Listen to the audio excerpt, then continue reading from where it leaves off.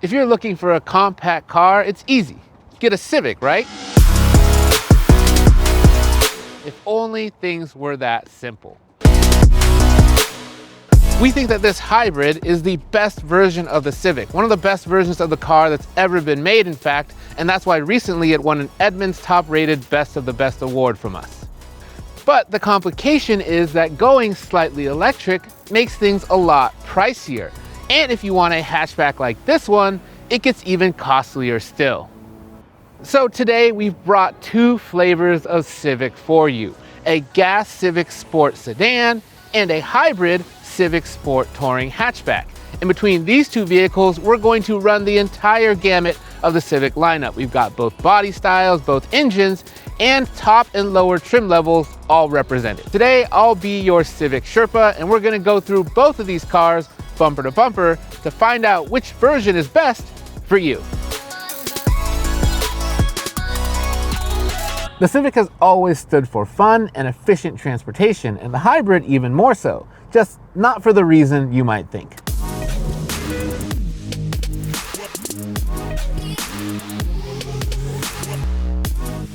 The nice thing about the Civic is that no matter how much money you spend on it, whether you get the most expensive one or the cheapest one, you're gonna end up with a pretty good driving experience because that's something that Honda really pays attention to, and it starts with the steering. At low speeds, it's light, so it makes it feel like it's easy to maneuver the car in parking lots and in tight spaces, but then when you're out on the road like this, it tightens up enough to really give you confidence, and the car has excellent handling characteristics. Ride quality is excellent for a compact sedan. The suspension is tight enough where you're going to feel confidence in the car's handling and agility, but not so tight that you're going to feel all the bumps and road seams as you're driving along. Even these affordable versions of the Civic, they never feel like they're built cheaply. There are no creaks and rattles. It's just really well done.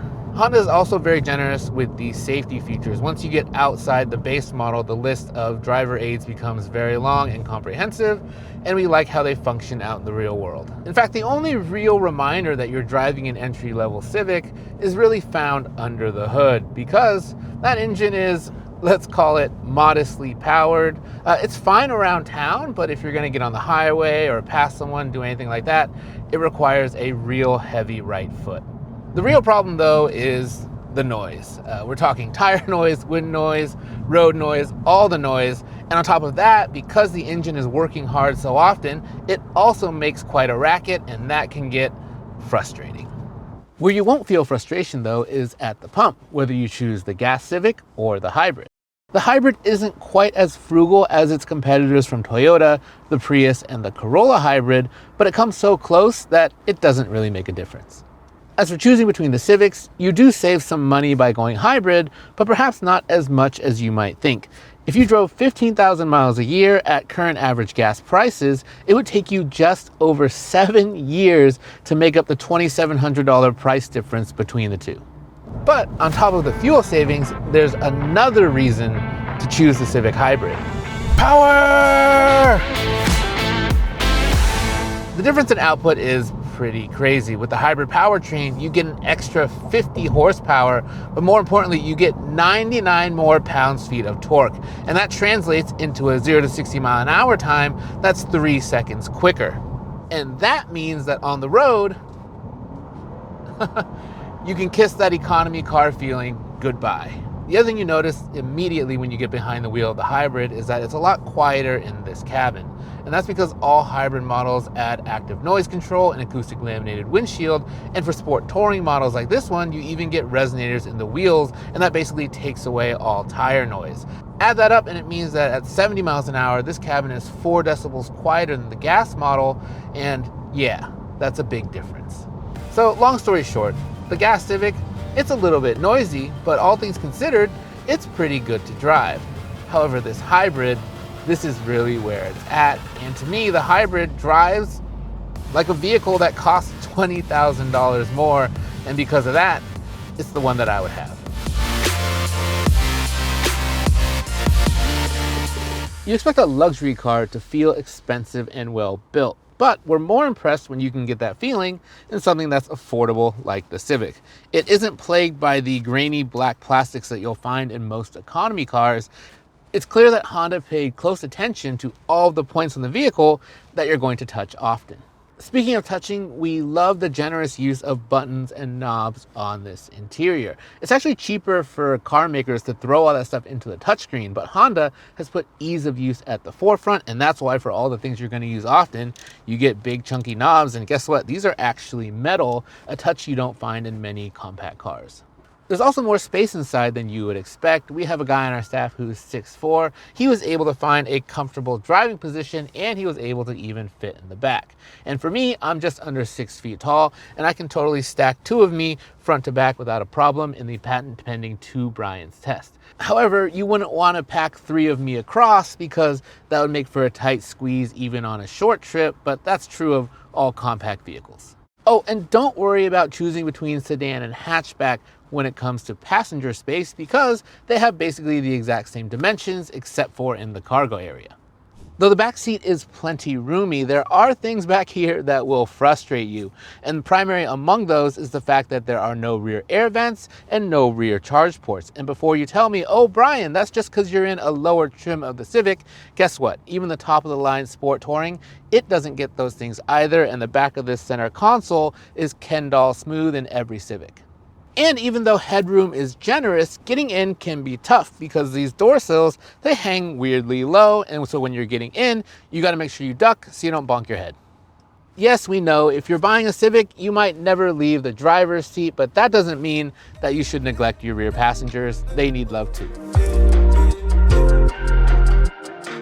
We've moved into the Sport Touring trim where things have gotten even nicer.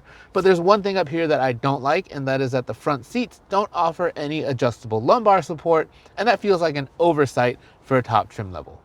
Both hybrid trims are going to add heated front seats as well as dual zone automatic climate control to minimize arguments and a moonroof. And the Sport Touring on top of that is the only way that you can get leather and an 8-way powered driver's seat. So while you're getting better seating materials in the Sport Touring, the rest of the cabin feels pretty much the same, and that really speaks to the high level of baseline quality that you're going to find in the Civic as a whole. But where you will find a big difference between those trims is when it comes to technology. Technology is a strong point in the Civic, but only if you're willing to pay. Every version of the Civic that's not a Sport Touring gets this dinky touchscreen. And it might not look that small looking at the size of this housing, but when you look closer, you realize it's mostly bezel and the actual usable part feels really small. The screen itself is easy enough to use, and if you have a wire, you can always plug your phone in and use Android Auto or Apple CarPlay. But I do have to say that when you're looking at the map view through either of those on this screen, you just really wish you had a bit more digital real estate. And bear in mind, not all of the Civic's peers also suffer from dinky screen disease. The Kia K4, for example, comes with a 12.3-inch touchscreen standard, and it starts around $2,000 less than the Honda.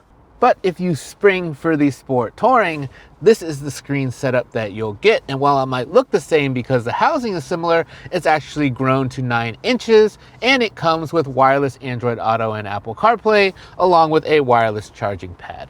But there is one more big change as well. The screen is powered by Honda's latest infotainment system with deep Google integration. And that means that once you sign in with your account, you can go to the Maps app and you'll find all of your saved points of interest and favorite places already loaded in. You'll also get access to the Google Voice Assistant, which is our favorite way to give vehicles voice commands. And you'll have access to the Google Play Store for your favorite apps like Spotify. This gives the system a level of familiarity that we find comforting, and none of the Civic's competitors offer anything like this. One big complication though, all of this googly stuff, that requires an active internet connection. And Honda does provide a free 3-year trial of data services along with the purchase of any Civic. But after that, they haven't yet determined how much a subscription will cost, although other automakers charge between $15 and $20 a month for the same service. The Sport Touring also gets a 12-speaker Bose audio system with a subwoofer, up from the 8-speaker system you'll find in the Sport and Sport Hybrid, and a lot more speakers than you get in the dinky 4-speaker system in the base car. What?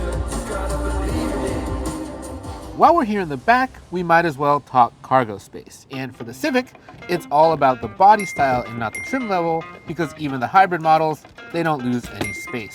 Now, the form factor of the hatch means that it has a lot more space on paper, 65% more than the sedan. But in practice, when we loaded in all this luggage, the hatchback was only able to fit one more bag, which was a bit surprising.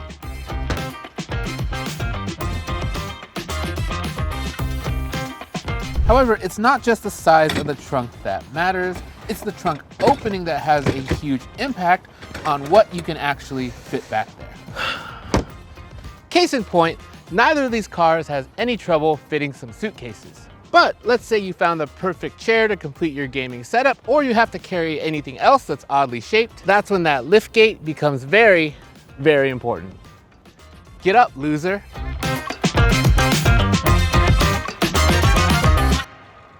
Very quickly, the Civic is often compared to vehicles like the Toyota Corolla and Nissan Sentra, which do start at a few $1,000s less. However, we think that the Civic drives and feels so much better than those two that it's definitely worth the extra cash. So now we come to the question of which Civic you should buy, and that is a bit of a complicated question because of how Honda structures the Civic's trim levels.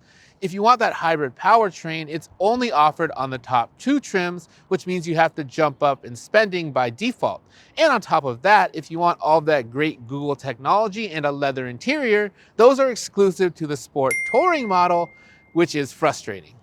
All that being said, our recommendation is twofold.